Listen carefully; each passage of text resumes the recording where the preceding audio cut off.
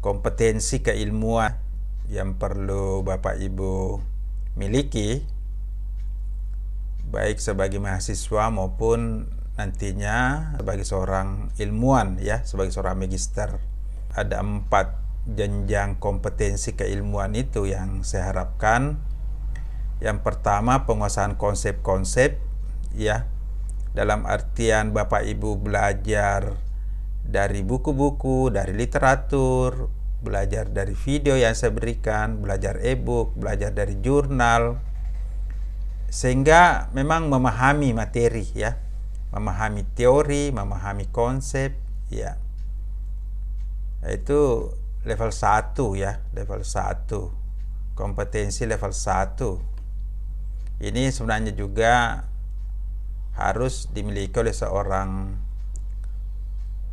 mahasiswa S1, ya, atau sarjana, kira-kira begitu. Nah, kompetensi level 2 itu Bapak Ibu harus punya kemampuan menganalisis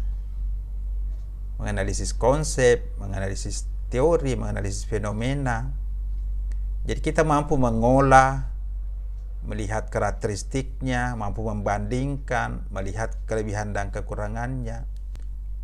Konsep-konsep itu bahan baku, ya.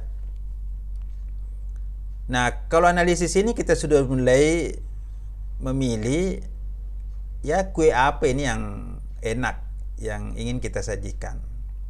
Jadi sudah ada perbandingan, sudah tahu, ya, ini enak, ini yang tidak enak.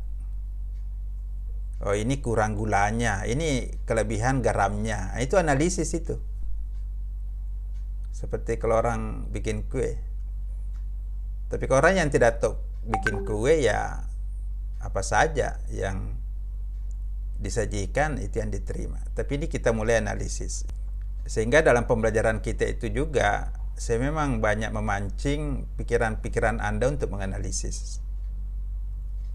Itu nanti juga akan kita pakai dalam membuat tugas, membuat makalah maupun berdiskusi, dalam bertanya maupun menjawab. Nah, kemudian jenjang yang ketiga, kita sudah mampu merumuskan, membuat, mengkonstruksi ide-ide atau gagasan. Ya, ini sebenarnya jenjang S3, ya. Tapi untuk level Anda, minimal Anda sudah bisa mengkompilasi ide. Sudah bisa memunculkan satu pemikiran-pemikiran, walaupun bukan pemikiran baru, tapi sudah bisa menyajikan sesuatu lah kepada halayak. Ya, jangan copy paste lagi, ya, kira-kira begitulah. Itu jenjang ketiga, ya. Jadi membuat makalah juga usahakan konstruksinya itu dari Anda, kemudian Anda isi dengan konsep-konsep yang Anda ubah juga, analisis Anda ubah itu. Jangan copy paste gitu. Nah, jenjang yang keempat itu kalau sudah kita bisa mengkonstruksi, kita bisa mengembangkan, ya. Mengaplikasikan dan mengembangkan. Bapak Ibu, minimal kita sampai di jenjang kedua, ya, atau jenjang ketiga, kira-kira begitu. Itu secara vertikal, ya, kompetensi itu dibangun dari situ.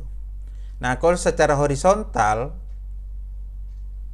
yaitu penguasaan menyangkut semua bidang kajian keilmuan kita, yang saya sebut sebagai objek forma, ya, objek forma ilmu KPI atau dakwah dan komunikasi. Yaitu objek formanya ada, supaya jangan kita mainnya di wilayahnya bidang ilmu lain.